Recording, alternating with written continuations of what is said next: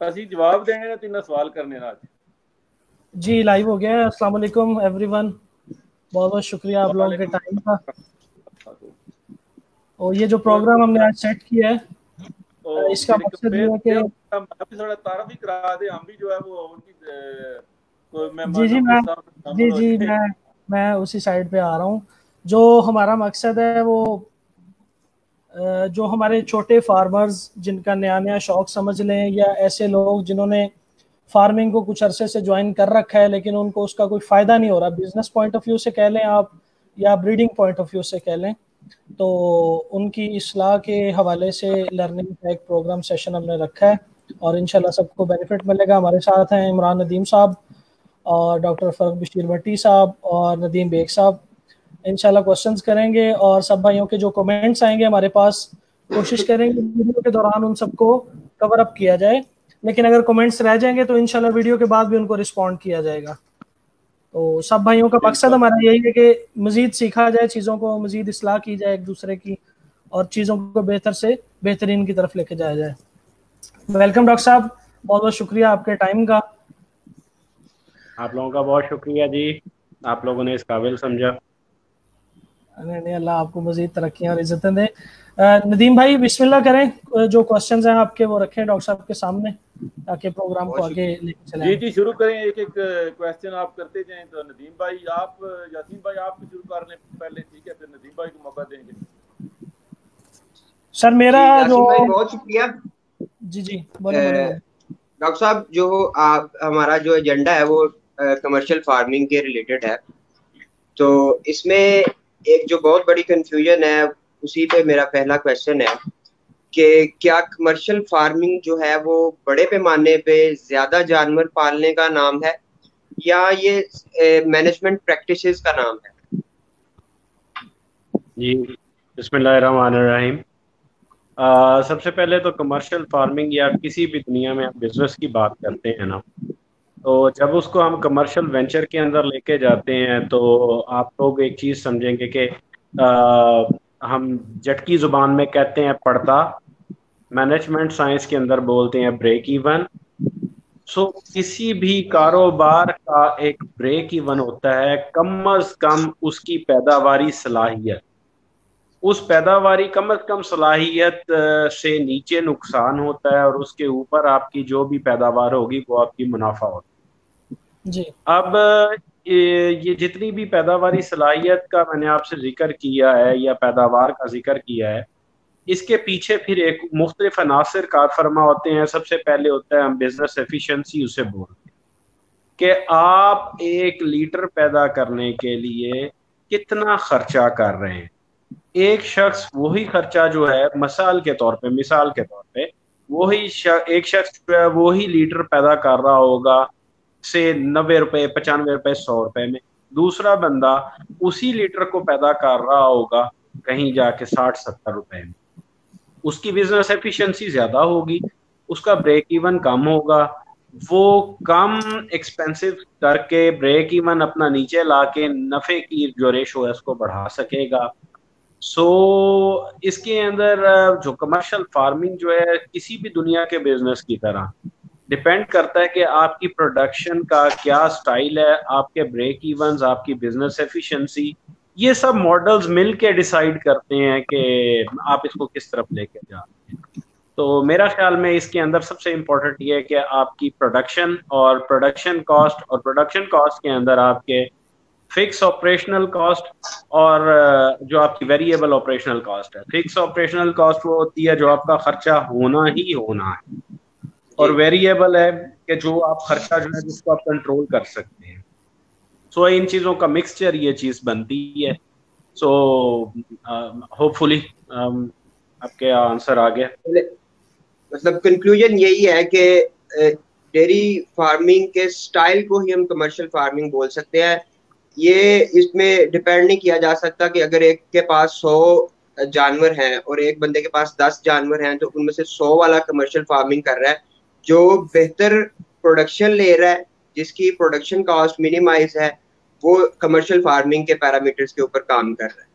Obviously commercial farming एक ना जी business का मैं एक और आपका रूल बता दूं कि इकोनॉमीज ऑफ स्केल होती है। जब आप प्रोडक्शन जो है उसको ऊपर लेते हैं तो आपकी कॉस्ट ऑफ प्रोडक्शन नीचे डेफिनेटली गिरने लग कॉस्ट पड़ती है। और 10 जानवरों वाला जितना मर्जी एफिशिएंट हो जाएगा, वो इकोनॉमीज ऑफ स्केल का जब आप फार्मूला लगाएंगे ना तो वो 100 वाले को कभी भी जस्टिफाई नहीं, 100 वाला उससे अच्छा करेगा, परफॉर्म करेगा। लेकिन इस स्किल के अंदर के वो 10 के ऊपर जो स्किल्स हासिल कर लेता है, 10 के ऊपर उन स्किल्स को वो कल को 1000 के ऊपर इम्प्लीमेंट करता है, ये बेसिकली हम कह सकते हैं कि मिनिमम वो अपने रिस्क के ऊपर मैक्सिमम आउटपुट लेने के तरीके सीख लेता है और उसके बाद वो उसको वेंचर को जिधर मर्जी लेके जा सकता है। तो इसको हम इस तरह कर सकते हैं। जी, मेरा दूसरा क्वेश्चन ये है कि हम, जैसा कि यासीन भाई ने भी प्रोग्राम के स्टार्ट में बताया कि एक जो नया फार्मर है जो इस फील्ड में एंटर होना चाहता है और वो कमर्शियल फार्मिंग की तरफ जाना चाहता है, तो उसकी स्टार्टअप कैपिटल कॉस्ट को कैसे मिनिमाइज किया जा सकता है पाकिस्तानी सिनेरियो? पाकिस्तानी सिनेरियो में जी स्टार्टअप कैपिटल कॉस्ट के ऊपर ये होता है कि आप कोशिश करें कि बेयर मिनिमम इंफ्रास्ट्रक्चर जो है, एक ज़माने के अंदर ना जी 2005 से 2007 के दरमियान ना जी एक, बल्कि 2007 नहीं 2008 या 9 में एक डेयरी बनी सियालकोट के रीजन में। उस टाइम पे मुझे आज भी याद है 1300 रुपया स्क्वायर फीट उसकी कॉस्ट थी, कंस्ट्रक्शन कॉस्ट जो थी। तो डिपेंड ये करता है कि आप एफिशिएंट कंस्ट्रक्शन, एफिशिएंट कैपेक्स को जो लगाना होता है, ऐसा ना हो कि जैसे बिजनेसेस में होता है कि जो पैसा होता है वो सारा इंफ्रास्ट्रक्चर बिल्डिंग पे खड़ा हो जाता है और जब आता है मशीन को इंडक्ट करने का टाइम या ऑपरेशंस को चलाने का टाइम तो बैंक से लोन लेने दुनिया भाग पड़ती। तो इस किस्म का मैं जो भी एडवाइस करूंगा जी उसके अंदर फ्रैंकली मैं ये बता दूं कि लोनिंग, इंटरेस्ट बेस्ड लोनिंग के ऊपर मैं कभी भी किसी को एडवाइस ना करता हूं, ना मैं करूंगा। उसके अंदर आपको यही होता है कि आप बेयर मिनिमम एफिशिएंट किस किस्म के अपने स्टाइल्स आप बना सकते हैं। एक हुप हाउसिंग सिस्टम है जी, वो बड़ा ही चीप साइट का स्टाइल होता है। आप किसी भी बांस का और बेस के अंदर आप शटरिंग के जो पाइप्स हैं इनको यूज़ करके और कोई भी बारीक बांस लेके दो साइडों से कर्व देके उसको हुप हाउसिंग में कन्वर्ट कर सकते हैं।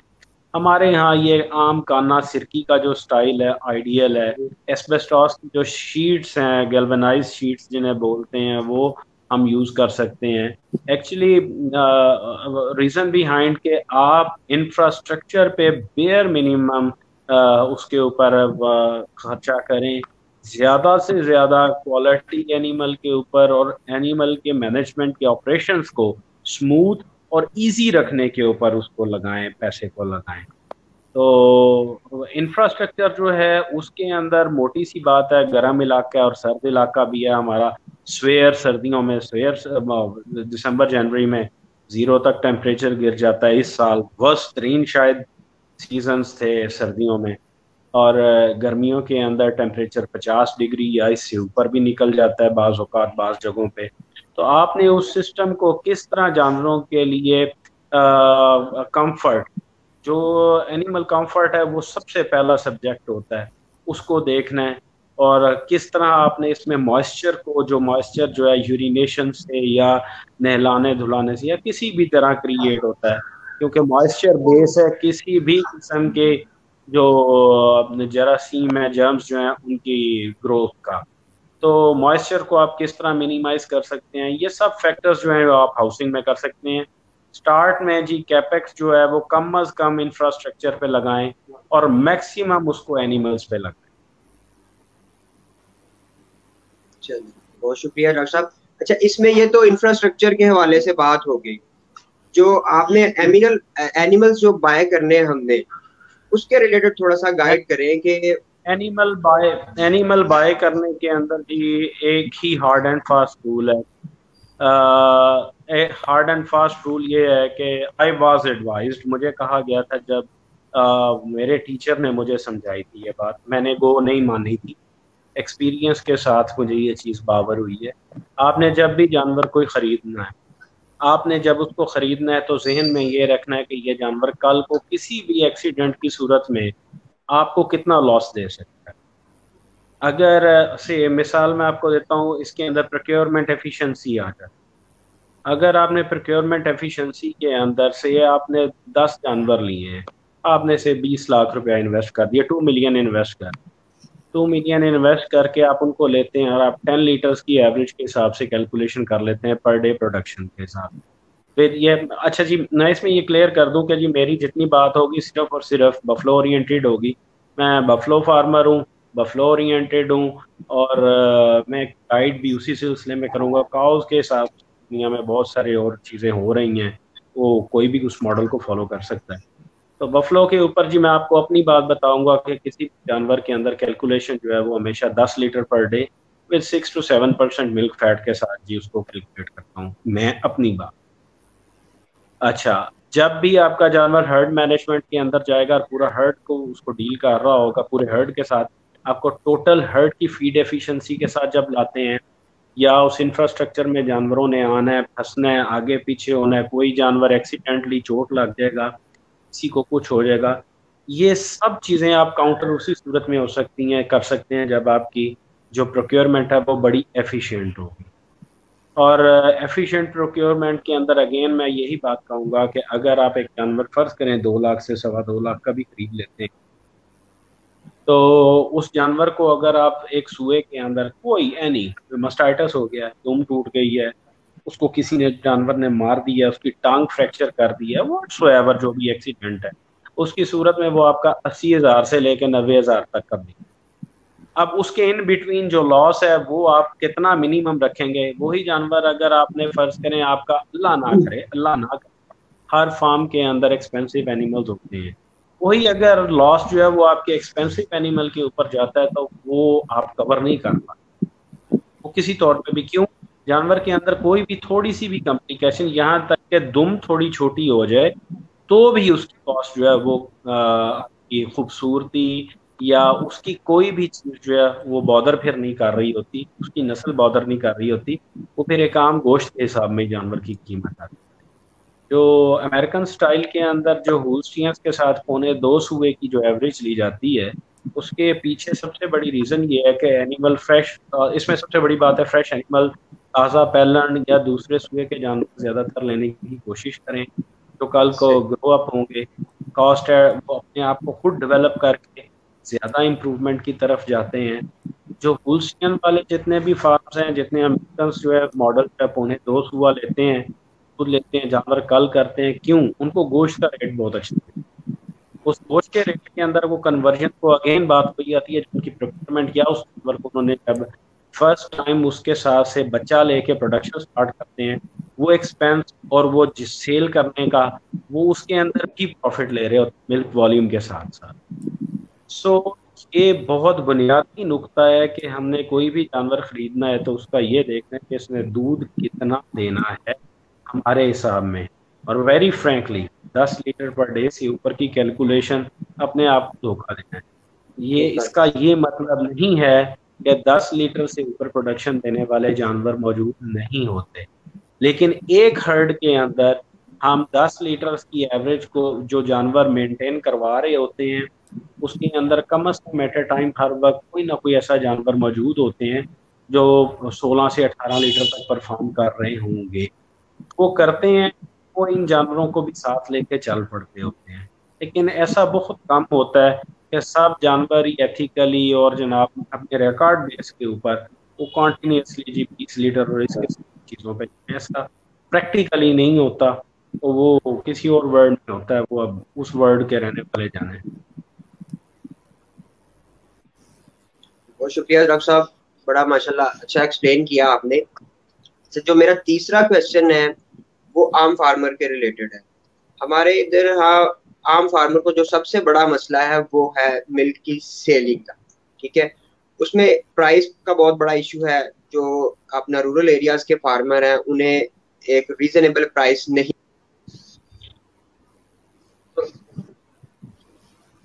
अगर थोड़ा सा एक रीजनेबल प्राइस नहीं मिलती, तो उसके अकॉर्डिंगली देखा गया है कि एक कुछ लोग जो है वो, हेलो जी आवाज आ रही है सर? जी आ रही। आप अच्छा नदीम भाई, जो आपका पहला सवाल है, मैं थोड़ा सा उसमें ना एक दो पॉइंट ना डॉक्टर साहब से ऐड करवाना चाहता हूँ। आपने कहा कि एनिमल परचेजिंग की, डॉक्टर साहब अगर थोड़ा सा इस मजीद ऐड कर दें कि एनिमल की परचेजिंग कहाँ से करनी चाहिए, लोकल घूम फिर कर मंडी वगैरह से, थोड़ा इसके बारे में जो है वो शोर्ट। देखें इमरान भाई दुनिया के अंदर कोई भी बिजनेसमैन है, कोई भी कारोबारी आदमी है, या कोई भी बंदा जिसने किसी भी काम से पैसे कमाने हैं, तो रियलिटी की बेस के अंदर जब वो वर्किंग स्टार्ट करेगा, वो ये कोशिश करेगा कि मैं अच्छी मशीन कहाँ से लूँगा जो मशीन मुझे ज़्यादा से ज़्यादा प्रोडक्शन दे। कोई भी मशीन, आप फार्मिंग के अंदर जानवर आपका बेसिक मशीन यूनिट है। आप इसको मशीन से अलावा अगर समझेंगे तो आप कभी सक्सेसफुल नहीं हो सकेंगे। अब आपको एफिशिएंट जो मशीन है वो कहीं से कहाँ से मिलेगी, ये आपकी अपनी स्किल्स पे डिपेंड करता है। मैं बजाते खुद या हम मार्केट के अंदर जिन लोगों को पे कर रहे होते हैं, वो लोग बेसिकली हमारे लिए मशीन्स की कंसल्टेंसी प्रोवाइड कर रहे होते हैं। मैं चीज़ों को व्यापार से निकाल के थोड़े इज्जतदार अल्फाज में लेके जाना चाह रहा हूँ कि हमने अगर कोई किसी बड़ी इंडस्ट्री के लिए मशीन लेनी होगी ना जी, हमारे पास एक्सपर्ट्स अपने हायर किए जाते हैं और उसके बाद कंसल्टेंट्स हायर किए जाते हैं इंटरनेशनल लेवल के, जो रिकमेंडेशंस देते हैं कि आप इस कंपनी की मशीन ले लीजिए, इसकी ये परफॉर्मेंस है, ये डाटा है, ये पोर्टफोलियो है, कंप्लीट वो हर दुनिया के बिजनेस में डिफाइन होती है जी। जो लोग हम लोगों को जानवर देते हैं, हम लोग उस जानवर की चीज करते हैं खरीदने का, अगर हम निकलते हैं मार्केट के अंदर, तो उसके अंदर ये है कि वो लोग हमें कंसल्टेंसी या सर्विसेज प्रोवाइड कर रहे होते हैं जिसका वो चार्ज करते हैं। असल में हमारे फील्ड का डिफरेंस वहां पे आता है, जो असल में शायद हम कह सकते हैं कि लड़ाई की जड़ है, जो बोन ऑफ कंटेंशन है हमारे कारोबार के अंदर। सेलर जो है वो बाउंड नहीं है कि आपको वो बिल्कुल। आवाज आ रही? जी जी आ रही है। आवाज बहुत कम आ रही है, टूट रही है आवाज। ये आप कुछ कनेक्शन की स्पीड की वजह से ऐसा हो रहा है, जब आपका कनेक्शन जो है वो वेरिएशन दे रहा है ना। जी जी इमरान भाई मुझे जरा प्लीज दीजिएगा, आ रही आवाज अब ठीक है बिल्कुल? अच्छा, उसके अंदर सिचुएशन ये होती है कि हमारा जो सिस्टम है, हमारे सिस्टम के अंदर प्रॉब्लम ये है कि जो लोग वर्बल सारा बिजनेस बेस करता है, असल में जानवर की खरीद से लेके जानवर की पैदावार तक तमाम बातें वर्बल हैं। डेटा या कैलकुलेटेड फॉर्म में हमारे पास ये चीजें नहीं आती। जब जानवर हमारे घर आ जाता है और जब हम उसका दूध या उसकी आउटपुट को सेल करते हैं, तो वो वर्बली सेल नहीं होती, वो वॉल्यूम वही बिकना है जो वॉल्यूम उसने प्रोड्यूस करना है। वर्बल का मतलब है कि ज़ुबानी कलामी। इमरान नदीम भाई, हमारे यहाँ जो माशरे में जो सूरत हाल बनी हुई है, इमरान भाई, जब हम जानवर लेने जाते हैं, जी जी, जब हम जानवर लेने जाते हैं ना, तो हम लोग अक्सर औकात ये व्यापारी हजरात हमें कहते हैं जी 25 किलो, 30 किलो, 55 किलो, 40 किलो। अब वो वर्बल स्टेटमेंट होती है, उस वर्बल स्टेटमेंट के ऊपर निगोशिएशंस, बार्गेनिंग हम करते हैं जी बिल्कुल। लेकिन ये वर्बल स्टेटमेंट बिल्कुल ऐसे ही है जैसे मैं आप बैठे हुए हैं, मैं आपको कह दूं कि इमरान भाई आज से ना जी सारा ग्रेट ब्रिटेन जो है ना जी, वो मैंने आपको गिफ्ट कर दिया, इंग्लैंड आपका हुआ, आप इसके मालिक हैं, आप जो मर्जी इसमें करें। और आप मुझे कहें जी अच्छा जी आपने मुझे इंग्लैंड गिफ्ट किया है, तो मैं ऐसे करता हूं कि आपको ना बैठा हुआ बर्रे आजम एशिया गिफ्ट कर देता हूं। गिफ्ट तो हम दोनों ने एक दूसरे को वर्बली सब कुछ कर दिया, मिलना किसी को भी कुछ नहीं है। दुनिया की वाहिद इंडस्ट्री हमारी इंडस्ट्री है जिसमें सब काम ऐसे ही होते हैं। आपको कुछ भी प्रूफ नहीं करना, आपने अगले बंदे को कहना है इतने लीटर दूध, अगर तो अगला बेचारा अपने ज़हन में प्लस माइनस की कैलकुलेशन करके अपने आप को किस हद पे ले जाता है, कितनी तबाही पे लेके जाता है, ये उस बेचारे का अपना। भाई आपको आवाज आ रही है डॉक्टर साहब की सही? जी जी मेरे पास आप सारे लोगों की वीडियोस भी आ रही हैं, आवाजें भी आ रही हैं बिल्कुल क्लियर, और डॉक्टर साहब का इंटरनेट जो है वो काफी बेहतर है आप दोनों के इंटरनेट से। नदीम भाई की मेरा मसला है को मेरी तरफ थोड़ी आवाज कम आ रही है डॉक्टर साहब की। जी जी डॉक्टर हैंड फ्री यूज कर ले, आवाज बिल्कुल ठीक आ रही है।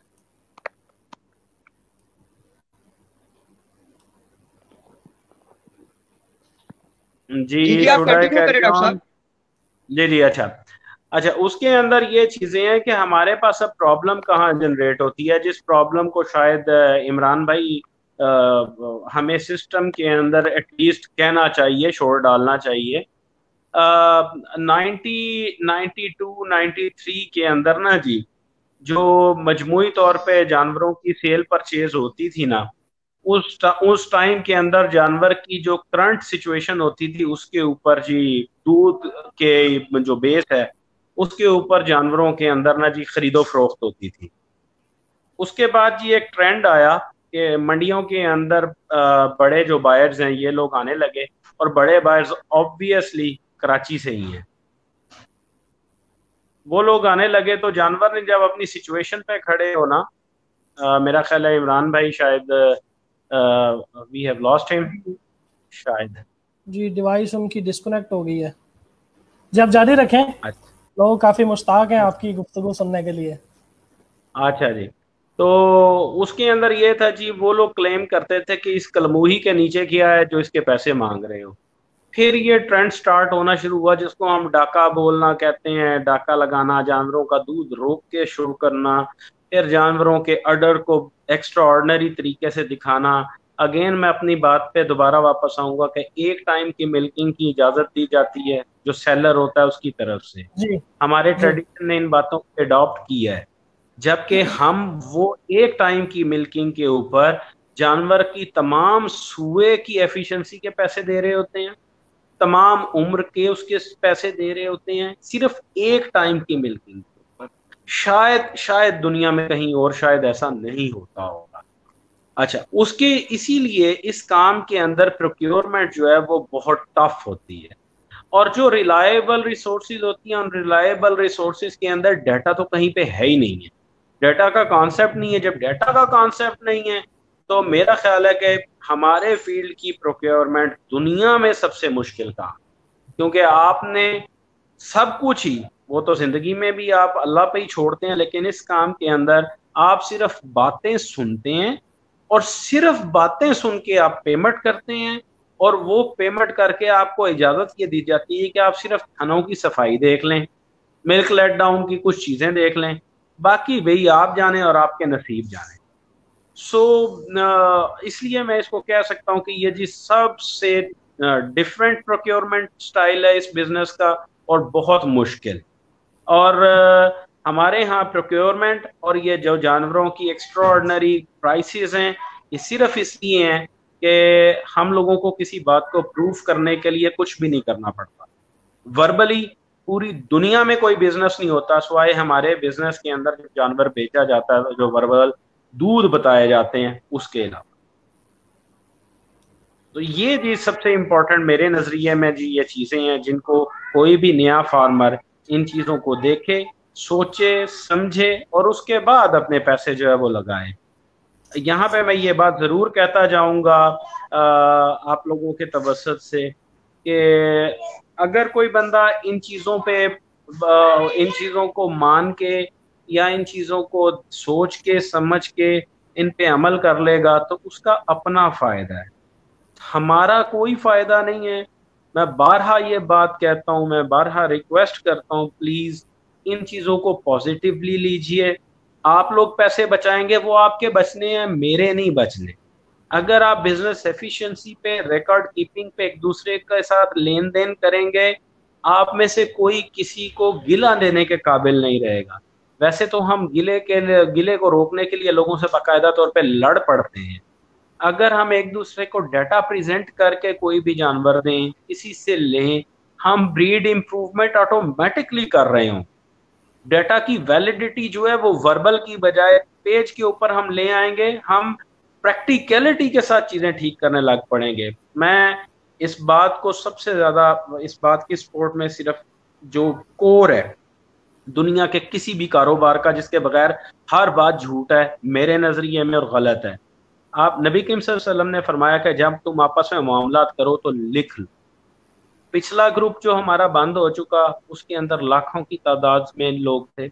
इस ग्रुप में लाखों की तादाद में लोग हैं, मुख्तलिफ ग्रुप्स में लोग लाखों की तादाद में। ये वो लोग हैं जो फेसबुक को यूज कर सकते हैं और फेसबुक के यूज के अंदर इंग्लिश लिख के लॉगिन अपने और पासवर्ड्स देते। इसका मतलब ये है कि ये लाखों लोग जो हैं ये 1 से 10 तक गिनती लिखना जानते होंगे।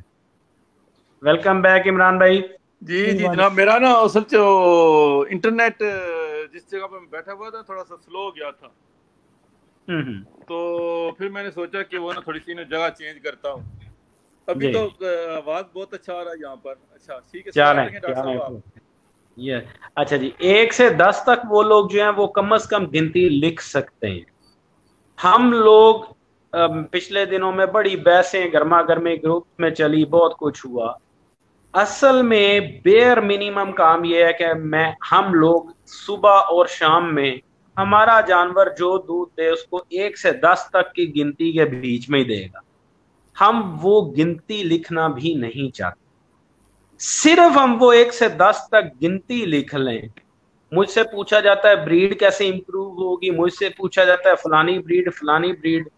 दुनिया की हर ब्रीड सबसे अच्छी ब्रीड। बात यह है कि हमने चीजों को डेवलप कैसे करना है। मिनहसूल कौम हम वो 1 से 10 तक गिनती लिखना भी अपनी शान के खिलाफ समझ रहे हैं।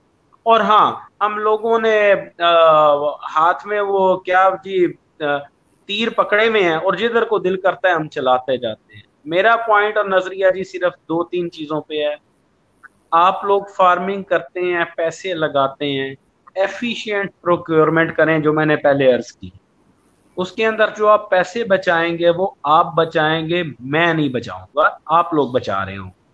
आप लोग डाटा लिखेंगे, आप लोगों को पता लगेगा मैंने किस कॉस्ट को पे किया है और मैंने दूध कितना एक सुए में लिया है। ये आपके लिए कल को उस भैंस का बच्चा रखना है, उस भैंस को अगले सुए में चलाना है, एक सुए से दूसरे सुए में उसकी क्या परफॉर्मेंस की वेरिएशन आई है, ये चीज ये आप लोग बैठ के देख रहे होंगे, मैं नहीं देख रहा हूंगा। उसके बाद फ्यूचर में आप जब कोई भी जानवर खरीदने के लिए निकलेंगे तो आपके ज़हन में एक पूरी लाइन, पूरा पैरामीटर होगा जिसपे आप डिसाइड कर रहे हो। इसके अंदर आप सब लोगों की अपनी भलाई है। मेरे तो जो चीज है, जो एक्सपीरियंस मैंने लाइफ में अपना किया है, मैं वो एक्सप्लेन करने के लिए तैयार हूँ। बाकी यहाँ पे मैं आप लोगों को ये भी क्लियर कर दूं, जितनी भी ब्रीड भैंस की डेवलप हुई हैं वो सब दूध के पर्पस के लिए ही डेवलप हुई। अब उन जानवरों की एफिशिएंसी हम लोगों ने मॉनिटर नहीं की, या हम लोगों ने उस इलाइट जीन्स को ज़ाया कर लिया है, या हम उसको ज़ाया करने जा रहे हैं। तो इसमें उन ब्रीड डेवलप करने वालों का कोई कसूर नहीं है, उन ब्रीड्स का कोई कसूर नहीं है, किसी चीज का कोई कसूर नहीं है। होल्स्टियन ने अगर 1952-53 के अंदर 3500 लीटर प्रोड्यूस करती थी तो आज होल्स्टियन कहाँ पे चली गई हुई है। सिर्फ बेस में एक ही चीज थी, डाटा कीपिंग। दुनिया में नामुमकिन, दुनिया में सब कुछ हो जाएगा, डाटा कीपिंग के बगैर कोई इंप्रूवमेंट, कोई बिजनेस, कोई चीज नहीं होगी। सुबह आप जब शाम को दूध बेचने लगते हैं ना जी, तो जब किसी भी कमर्शियल फार्मर के पास दूध आता है, इमरान भाई दूध लेने वाला आता है, तो कभी भी ऐसा नहीं होता कि आप उसे कहें कि भाई मैं तो ये 10 मज्जां 20 सेरियां लईयां सन, तो 20 सेर दा शाम दा दुध देना, 10 मज्जां दा 200 लीटर हो गया, तो 200 लीटर दे पैसे मैनू दे जा। वो ऐसे कभी पैसे नहीं देता। जब वो दूध का पैमाना लगाता है, वो जितना वॉल्यूम जनरेट होता है उसके अगेंस्ट आपको पेमेंट करता है। वर्बल आपकी किसी स्टेटमेंट के अगेंस्ट कोई पेमेंट नहीं करता। और हम जब जानवर खरीदने जाते हैं तो हम 99.9 बल्कि 100% वर्बल स्टेटमेंट पे जानवर खरीद रहे होते हैं, सिर्फ और सिर्फ वर्बल स्टेटमेंट। डॉक्टर साहब थोड़ा सा जो है ना वो वर्बल स्टेटमेंट का जो है ना वो आसान, जुबानी कलामी, वर्बल स्टेटमेंट क्या है?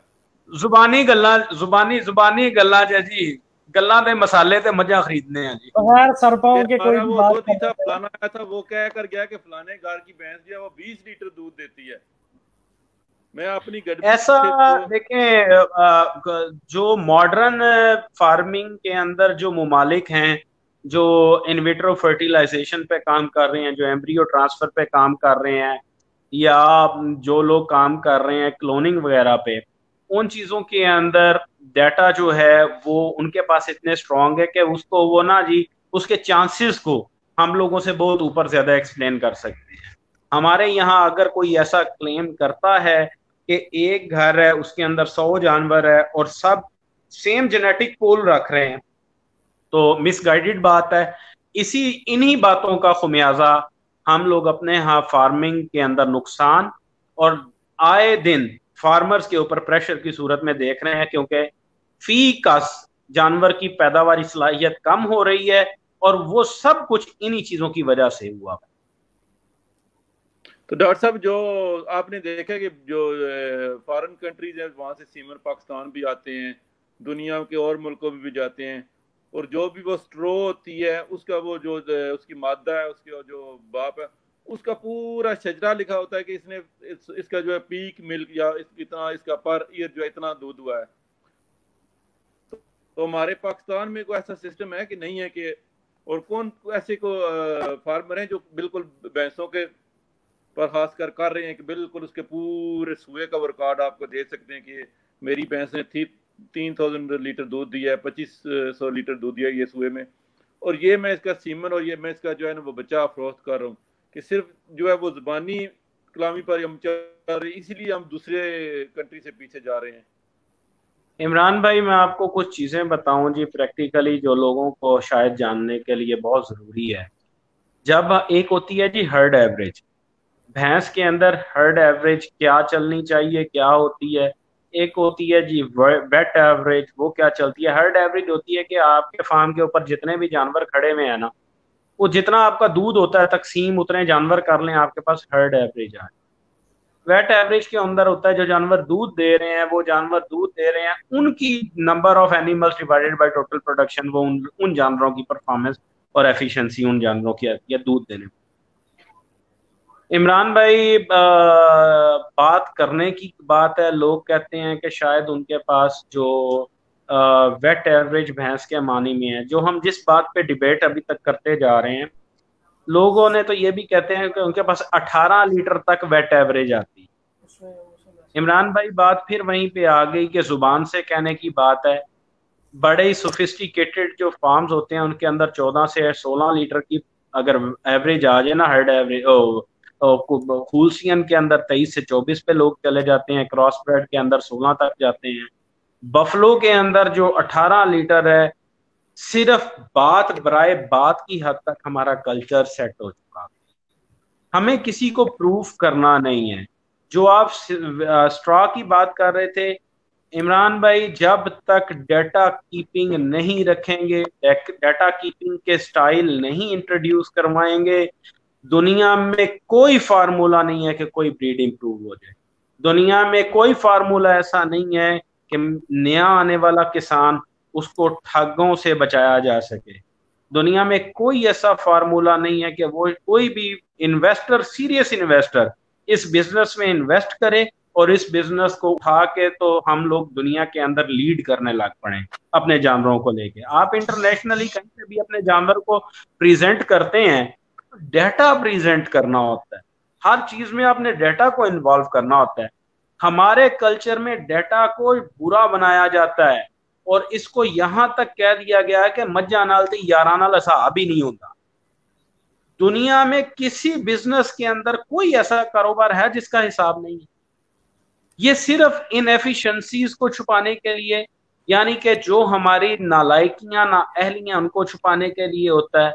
कुछ लोग कहते हैं जी भैंस का काम है, काम ही नहीं दूध देना, वो खूबसूरत होनी चाहिए। अगर ऐसी बात है, हमें भैंस से दूध की जरूरत नहीं है, तो काउज इंपोर्ट क्यों की गई? क्यों होल्स्टियन काउ के सीमन मंगवा के देसी गाय में रखवा के F1 जनरेट की गई? अगर हम लोगों को दूध ही नहीं चाहिए था, तो फिर क्यों आपका मुल्क जो है वो दुनिया के सबसे बड़े ड्राई मिल्क के इंपोर्टर्स में से एक आता है?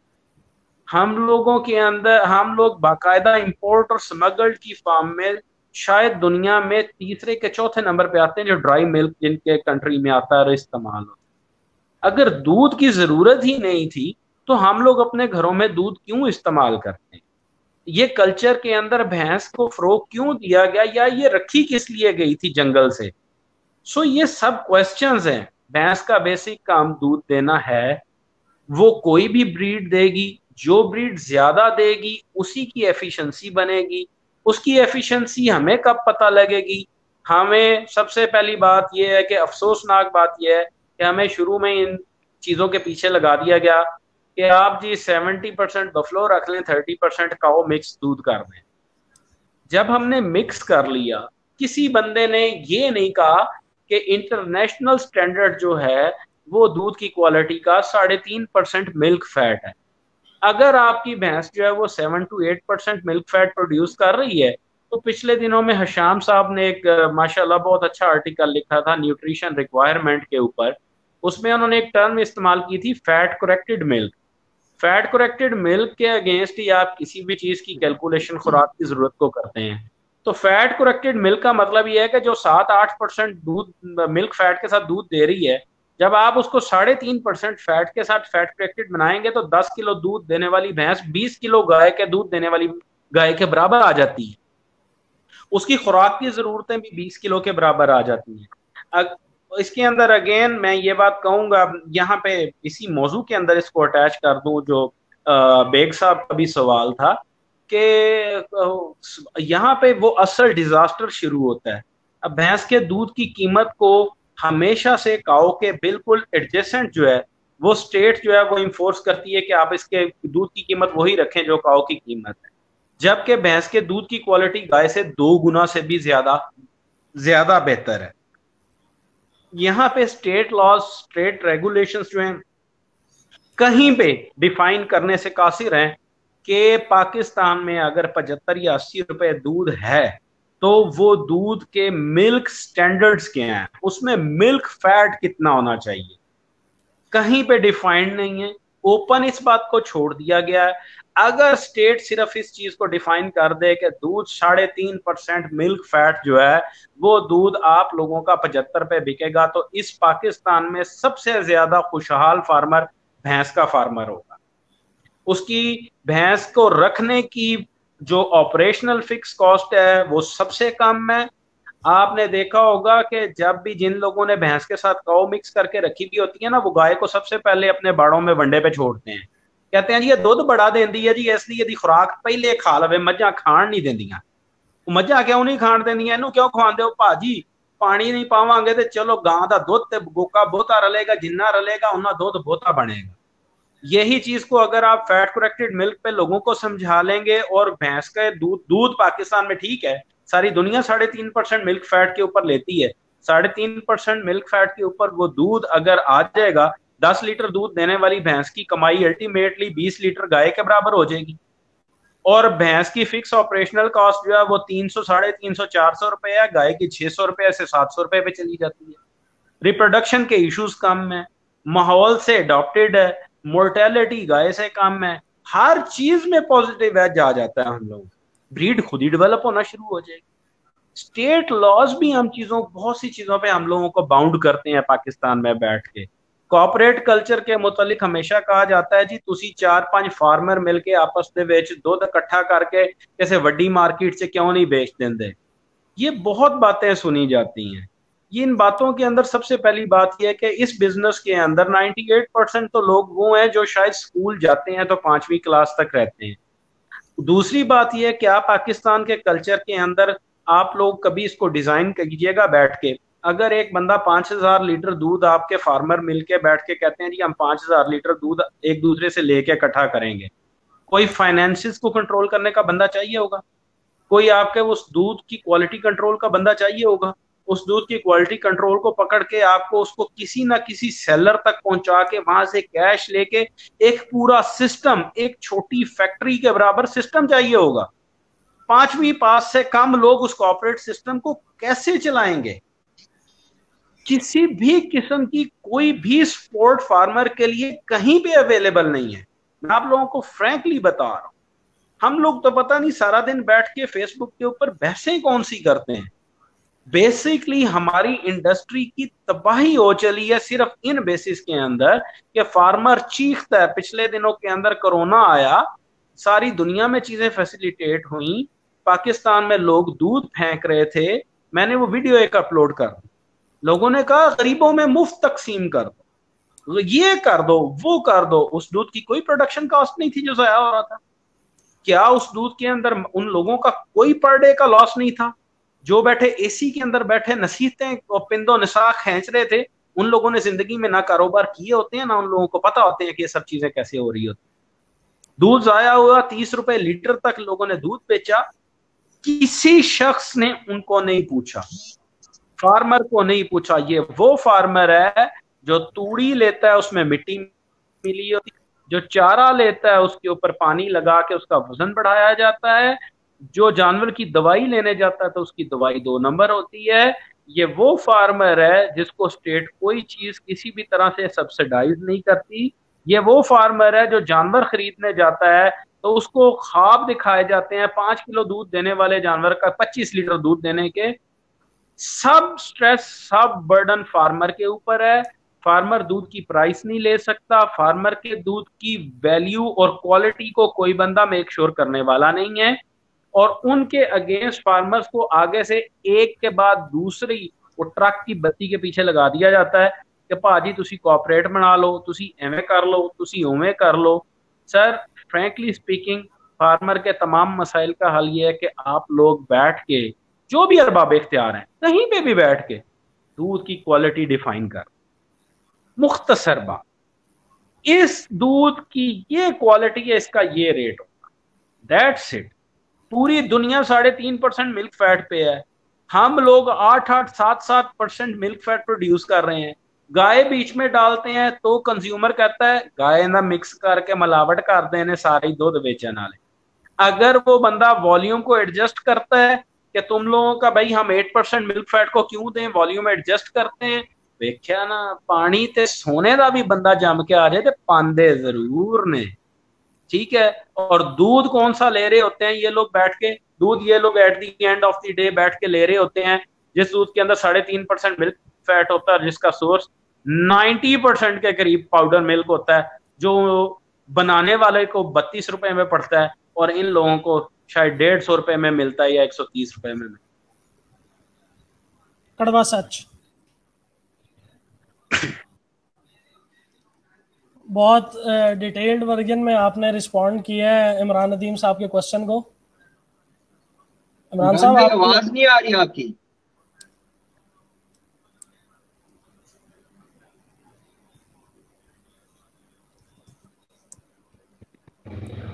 यासीन भाई आपको आ रही है आवाज इमरान भाई की? नहीं मेरे पास नहीं आवाज इमरान भाई की।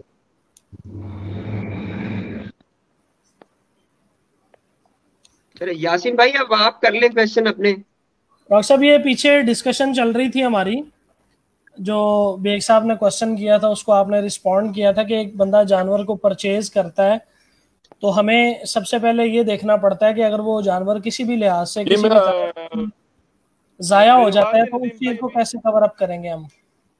तो मुझे बताइए कि जो एक हर्ड हमने बनाया हुआ है 50 एनिमल्स का या 100 एनिमल्स का, तो उसको हम उनकी डिजीजेस को किस तरह रिड्यूस कर सकते हैं? देखिए जी, जो हमारा लोकल एनिमल है इसके अंदर डिजास्टर्स किस्म की डिजीज, पैनिक जो है वो बहुत कम क्रिएट होता है। सबसे ज्यादा मसाइल, मैंने जितना अभी तक इस चीज को स्टडी किया है, बात फिर वहीं पे ही आ जाएगी। फीड कॉस्ट को कम और ज्यादा दूध लेने के चक्करों में फार्मर गंदी मंदी चीजें अपने जानवरों को खिलाता है और वहां से सबसे बेस स्टार्ट हो जाती है। वो गंदी चीजें बेचारा, इसलिए उसमें टॉक्सिसिटी होती है। एक आम सी चीज है रोटी का टुकड़ा, हमारा फार्मर उस रोटी के टुकड़े को नहीं छोड़ सकता। उसका जानवर जब मरने पे आते हैं तो सैकड़ों भी मरती हैं, 80 90 भी मरती हैं, रोटी नहीं छोड़ता। कुक्ड है बेसिकली, और एनर्जी का सोर्स है वीट जो है, कुक्ड वीट जो है, वो बेचारा उसको किलो के हिसाब में खरीद के जानवर को खिलाता है। वैसी ही वो नमानी सी भैंस है, वो खा के उसको भी कन्वर्ट कर देती है। टॉक्सिसिटी जब एक स्टाइड से ऊपर जाती है एक स्पेसिफिक लेवल से, मस्टाइटिस भी आता है, लिवर फेलियर भी आता है, जानवर के अंदर पैरालिसिस भी आता है, और लोग कहते हैं जी हार्ट अटैक हो गया। हार्ट अटैक तो बेचारे फार्मर को होता है जिसका जानवर लगा जाता है। सो अगेन सब बातें वहीं पे ही आके खड़ी हो जाएंगी कि फीड रिलेटेड जितने प्रॉब्लम्स हैं वो हमारे सबसे खतरनाक, सबसे बड़े। डिजीज के अंदर हमारा जानवर इतना रेजिस्टेंट है, मैं आपको ओपनली कहता हूं कि सिर्फ मिर्चें देने से भैंस ठीक हो रही होती।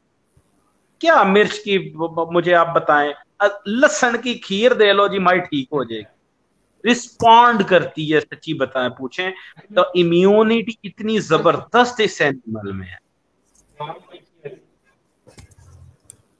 जी इमरान भाई, thank you so much doctor साहब रिस्पॉन्ड का। इमरान भाई वापस आ गए हैं, कोई क्वेश्चन इनके ज़हन में?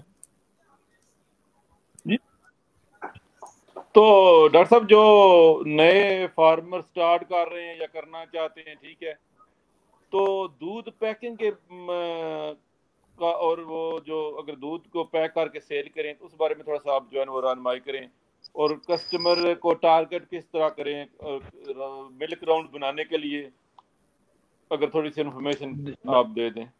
बिल्कुल इमरान भाई, जो आम सीलर बाजार में अवेलेबल होते हैं ना, ये जो हमारे शनाख्ती कार्ड के ऊपर लेमिनेशन करते हैं सीलर होते हैं, आम सीलर जो बाजार में, कुछ ना करें, कोई साइंस ना पढ़ें, वो सीलर ले लें, एक कोई भी शॉपर जो है उसको प्रिंट पाउच में करवा लें। तकरीबन आप लोगों को 2 किलो वाला जो पाउच होता है वो तकरीबन 4 रुपए से 4.5 रुपए के दरमियान में पड़ जाता है। वो पाउच आप अपना करवा लें प्रिंट, उसके अंदर दूध डालें, सिंपल उस सीलर को दीवार में लगा के उसके साथ सील लगा दें। आप लोग, हम लोग भी जाहिर है कुछ भी नहीं करते, कुछ करना ही नहीं चाहते फार्मर भी, सिंपल ये काम है, सिंपल 5 रुपए लीटर के पीछे आपको कॉस्ट आ जाएगी, बड़ा आप जोर लगा लेंगे, 2 लीटर पे डिवाइड करेंगे, 2 लीटर का पाउच होगा तो आप लोगों को तकरीबन 2.5 रुपए लीटर के ऊपर एक्स्ट्रा कॉस्ट है। लेकिन आपका जो जानवरों का दूध है या आपकी डेयरी का जो दूध है वो प्रेजेंटेबल तो हो जाता है ना, वो आप किसी को दिखा तो सकते हैं कि हम आपको ये प्रोडक्ट बेचने आए हैं। हम लोग ड्रमियों में लेके पब्बे लेके डैंड है करते, मैं बड़ा हंसता हूँ कि ड्रमी के ढकने के ऊपर पट्ठों के पत्ते लगाए हुए होते हैं। बस करो यार, अब निकल आओ इन पट्ठों के पत्तों से बाहर, वो पत्ते लगा के कसा हुआ होता है, बर्फें ठोकी हुई होती हैं। इसमें मैं फार्मर साइड पे हूँ जी, मैं वो कभी भी दूसरे लोगों के साथ नहीं होऊंगा, बेचारों क्या करें, दूध खराब हो जाएगा, कौन वाली वायरस है। बर्फ लगाने से वॉल्यूम भी उनका बन जाता है, अगेन वो फैट करेक्शन के चक्करों के अंदर वो रेट भी अपना बनाते हैं, वॉल्यूम भी बनाते हैं, दूध भी बचाते हैं। लेकिन हम फार्मर्स को भी तो चाहिए ना कि हम लोग कुछ ना कुछ ऐसा करें, पॉजिटिव करें। हम लोग एक पाउच बना लें, 2 लीटर के पीछे 5 रुपए का एक्सपेंस बेयर करें, कंज्यूमर तक खुद जाएं। ठीक है जी, ये भी कहा जाता है कि ये बड़े शहरों में रहने वाला तो कंज्यूमर तक चला गया, तो छोटे शहरों वाले या गांव वाले हजरात कहाँ जाएं? गांव वाले हजरात जो हैं जी, वो बैठ के इन सब चीजों के अंदर इनके मॉडल्स के डिफरेंस, उनकी प्रोडक्शन कॉस्ट भी तो शहर के बराबर कभी नहीं होती, उनकी प्रोडक्शन कॉस्ट भी तो कम होती है ना। उसके अंदर वो अपने जो मौजूदा वॉल्यूम्स हैं उनके अंदर इनोवेशन लेके आए, उसके अंदर कॉन्सेप्ट्स दें। बहुत कम शायद छोटे गांव ऐसे होते हैं जिसके साथ कस्बा कोई नहीं होता, गांव से कस्बे की डिमांड ज्यादा होती है। मैं आपको अपने गांव की बात बताऊं, हमारे गांव का और लाहौर का रेट तकरीबन बराबर चल रहा होता, तो गांव में भी लोगों का यही स्टाइल है, गांव में भी लोग लेते हैं दूध। लेकिन दूध को हमने प्रमोट कैसे करना है, ये हम लोगों का मेन जो होना चाहिए एम्फोसिस, और इसके लिए आइडियल यही है कि मिल्क क्वालिटी स्टैंडर्ड को हमें डिफाइन करना होगा और एक यूनिक स्टाइल के ऊपर उसकी जो वैल्यूज हैं उनको हमें रखना होगा। मेरे ख्याल से आपने ये जो बात की है इसमें यूनिटी का भी होना बहुत ज़रूरी है। पैकेजिंग की तरफ आ जाएंगे या मिल्क कलेक्शन सेंटर की तरफ आ जाएंगे, जिस तरह आपने बात की कि 5000 लीटर की भी अगर 2-4 फार्मर मिलके एक रिपोर्ट बना लेते हैं कि हम इतना मिल्क प्रोड्यूस कर सकते हैं या कलेक्ट कर सकते हैं, तो उसके लिए भी मुत्तफिक होना, सब लोगों को एक प्लेटफॉर्म पे लेके आना भी बहुत जरूरी है। हम आपस में जिस बंदे का मुतालिया, जो लोग बेचारे पहले ही स्कूल कम गए हुए होते हैं वो तो एक दूसरे पे शक ही बहुत करते हैं, उनका तो रोला ही बड़ा होता है, भाई 30 रुपये तू रख लेने थे, 20 मेरे वापस करना पहले थे फिर अगे चल। ये थोड़ा सा ट्रेंड को भी चेंज करना पड़ेगा, हमें जो सोच है उसको तब्दील करना भी बहुत जरूरी है। ठीक है, लेकिन सब कुछ फार्मर नहीं करना है, और कोई स्टेक होल्डर नहीं है किसी दुनिया में, क्या इंस्टीट्यूशन कोई नहीं है, सब कुछ बेचारा फार्मर ही करेगा। फार्मर तो बेचारा पहले ही पिसा हुआ है, जिसने शाम को ये बैठ के चारपाई पे आसमान के तारे देख के सोच रहे होना है कि सवेरे फलाने व्यापारी की किस्त देनी है, वो इनोवेशन बेचारा कितों ले आएगा? वो तो व्यापारी नु किस्त क्यों, व्यापारी ने उन्होंने माए दिती होंदी है जड़ी लाख रुपए वाली 4 लाख दी क्यों दिती होंदी? आपको पता है हमारे इस सिस्टम के अंदर जो जानवर खरीदे जाते हैं उसकी इंटरेस्ट रेशो दुनिया के किसी बिजनेस में सबसे हाई है। हमारे किसी फार्मर को ये शायद बात नहीं पता। 45 से 50% पर ये लोग जानवर दे रहे होते हैं व्यापारी हजरात। और ये जो बेचारे लोग जानवर रख के बैठे हुए हैं ना, इनमें की अक्सरियत व्यापारियों के जानवर बांध के बैठे होते हैं, साल दर साल इनके पैसे उतारते हैं, लेकिन इनसे पैसे नहीं दिए जाते। मैं अगेन दोहरा रहा हूँ, 45 से 50% तक इंटरेस्ट रेशो है इस बिजनेस में। जी बिल्कुल ऐसे ही है, बिल्कुल सही फरमा रहे हैं। नदीम साहब आपका क्वेश्चन? जी एक लास्ट क्वेश्चन है, आप रिप्रोडक्शन को किन किन फैक्टर से कोरिलेट करते हैं? जो प्रोडक्शन जी, सबसे पहले तो यही है, सीधी साफ बात है जी सर, रिप्रोडक्शन के अंदर जी सबसे पहले ये चीज आती है कि आप फॉडर कितना अच्छा दे रहे हैं। Body condition score main trigger है रिप्रोडक्शन के अंदर। अब बॉडी कंडीशन स्कोर के अंदर जिस बंदे ने इम्प्रूव किया हुआ और उसका इम्प्रूव आ रहा है, फिर भी रिप्रोडक्शन का इशू है, सबसे बड़ा फार्मूला मिनरल डालने लग पड़े। अगर मिनरल भी उसको बंदे को रिस्पॉन्ड नहीं कर रहे तो मिनरल की क्वांटिटी बढ़ा दें। रिस्पॉन्ड रिप्रोडक्शन को सबसे ज्यादा मिनरल ने करना है। मिनरल इम्बैलेंस हुए नहीं, रिप्रोडक्शन के इश्यूज आने शुरू हुए। मिनरल डालें, 100 ग्राम डाल रहे हैं, अगर रिस्पॉन्स नहीं आ रहा उसको 200 ग्राम पे ले for the specific time period, और उसके बाद अपने पूरे हर्ड को मिनरल के ऊपर जरूर फीड करें। दुनिया में आपको मिनरल की जो इम्पोर्टेंस है वो शायद फार्मिंग के अंदर रिप्रोडक्शन हो गई, डिजीज मैनेजमेंट हो गई, ये सब चीज नेचुरली मिनरल की अवेलेबिलिटी से कंट्रोल हो रही होती है।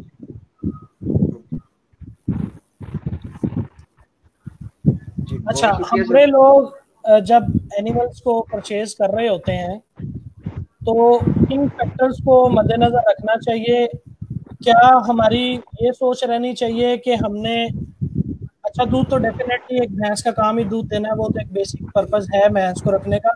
क्या ये चीज मद्देनजर रखनी चाहिए कि इसका ड्राई पीरियड कितना है भैंस का, कि हमें साल बाद बच्चा मिल रहा है या 1.5 साल बाद बच्चा मिल रहा है या 2 साल बाद बच्चा मिल रहा है?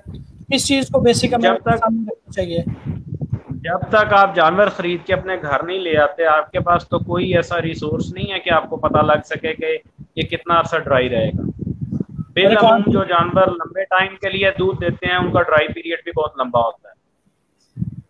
हमारे अमूमन क्लेम किया जाता है कि भैंसें दुप्पड़ सूने का मतलब है कि पिछले सूए का दूध दे रही है और आगे से जनाब दोबारा सूख पड़ी है। उसके अंदर 99.9% भैंसें ऑक्सीटोसिन लगवा रही होती हैं और बच्चा भी कैरी कर रही है। ठीक है, असल दुप्पड़ वो भैंस होती है जो ऑक्सीटोसिन ना लगवाए और गाय की तरह, जिस तरह काउस के अंदर फैक्टर आ गया है मिल्क की अवेलेबिलिटी की वजह से या प्रेशर की वजह से या गुड फीड मैनेजमेंट की वजह से, तो अगर भैंस जो है वो किसी ऑक्सीटोसिन को लगवाए बगैर एक सूए से दूसरे सूए तक शिफ्ट लेती है तो वो तो इन ना ट्रू मीन दुप्पड़ हुई। अगेन हमारे पास कौन सा ऐसा पैरामीटर है कि हम किसी बात को ऐसी को मान लें? डाटा तो है ही नहीं है, सब वर्बल स्टेटमेंट्स हैं। सो वर्बल स्टेटमेंट्स के अंदर पिदरम सुल्तान दूध जी गिदड़ की तरह, हमारा बाप नवाब था, हमारा बाप नवाब तो बादशाह था, तो हम उससे ज्यादा मैं इन बातों को कुछ नहीं कह सकते। ये सब बातें जी हवाई बातें, ख्याली बातें। अच्छा, आपने बात की थी कि जब हम जानवर का दूध ले रहे होते हैं तो उसमें 2 तरीकाकार होते हैं। एक हम उसको पूरे हर्ड पे डिवाइड कर रहे होते हैं और एक हम सिर्फ उन्हीं एनिमल्स पे डिवाइड कर रहे होते हैं जो कि करंटली मिल्क प्रोड्यूस कर रहे हैं। तो ऑन एन एवरेज अगर एक भैंस या 10 भैंसें 10 किलो की एवरेज से दूध दे रही हैं तो आपके नजदीक उनकी फीडिंग क्या होनी चाहिए? अगेन जी आप फीडिंग के ऊपर हमको नेक्स्ट सेशन रख लेते हैं, ये लंबा काम हो जाएगा। वो basically dry matter based feeding के ऊपर जाना पड़ेगा। ड्राई मैटर बेस्ड फीडिंग के अंदर झटका TMR क्या होता है, सोफिस्टिकेटेड TMR को किस तरह हम डिजाइन कर सकते हैं, उसके अंदर फिर हम लोग प्रोटीन क्या रखेंगे, एनर्जी क्या रखेंगे। ये एक लंबा टॉपिक है, ये नेक्स्ट कोई सेशन रख लें इंशाल्लाह, उसमें इसको डिस्कस कर लेंगे इन डिटेल। ठीक है, नेक्स्ट सेशन में कर लेंगे। इमरान साहब का लगता है कि इंटरनेट काफी डिस्टरबेंस कर रहा है, तो काफी अच्छी गुफ्तगू हुई है, बहुत सारी चीजें नई चीज़ सीखने को मिली हैं, चीज़ों को मजीद परखने का मौका मिला है और बहुत सारे लोगों को इसका बेनिफिट भी मिलेगा इंशाल्लाह। मकसद वही है, यूनिटी आनी चाहिए और जो बड़े लोग हैं हमारे जो इस सेक्टर में बैठे हुए हैं उनको इस तरफ लेके आना पड़ेगा कि वो छोटे फार्मर्स की तरफ भी तवज्जो लेके आए और उनके केसेस को फाइट करें नेशनल लेवल पे। बहुत बहुत शुक्रिया आपके टाइम के लिए आज के लिए बेग साहब, थैंक यू सो मच। इंशाल्लाह यासिन भाई, डॉक्टर साहब बहुत शुक्रिया टाइम देने का। डॉक्टर साहब कुछ कंक्लूसिव रिमार्क्स आप दे दें जाते वक्त। जी, अपनी फेयर बिजनेस का सोचें, जितने भी फार्मर्स फेयर बिजनेस का जो सोचें, खुदारा चीज़ों के अंदर वो क्या कहते हैं जी, इनएफिशिएंसी या वो चोर रास्तों का ना सोचें, फेयर बिजनेस का सोचें, रिकॉर्ड रखें, डेटा कीपिंग रखें, पैसे खर्च करते वक्त 100 दफ़ा सोचें, अपनी बेवकूफ़ी को दलाइल के ज़रिए से कवर करने की कोशिश ना करें। गलती तस्लीम कर लेंगे तो उसको बेहतर कर लेंगे, हट दर्मी पे डटे रहेंगे तो तबाह हो जाएंगे। नुकसान किसी को नहीं होगा, आपकी अपनी ज़ात को होगा, किसी दूसरे इंसान का कोई नुकसान नहीं। सो अपनी ज़ात को बचाएं। हम लोग इन प्रोग्राम्स के ज़रिए आप लोगों तक जो बेहतरीन बात है, जो ज़िंदगी में एक्सपीरियंस है, वो शेयर कर रहे हैं। इसका फ़ायदा आप लोगों को है, हम लोगों को इस चीज़ का ना कोई फ़ायदा है ना कोई हमारा ज़ाती इंटरेस्ट है। चाहे मैं हूँ, चाहे इमरान नदीम भाई हैं, चाहे बेग साहब हैं, चाहे कोई भी यासीन साहब है, कोई भी है, कुछ भी है, ये सब चीज़ें फार्मर के लिए हैं। आप लोग समझेंगे, आपकी बेहतरी है, हम लोग सिर्फ आप लोगों को गाइड कर सकते। तो खुदारा एक प्लेटफॉर्म पे इकट्ठे रहें, फार्मर हम लोग आपको गाइड करने के लिए तैयार हैं। सो बस यही जी, अल्लाह खैर रखे। Thank you so much sir, खुश रहें, आबाद रहें, अल्लाह हाफिज़। थैंक यू, आमीन आमीन, थैंक यू, आमीन जी।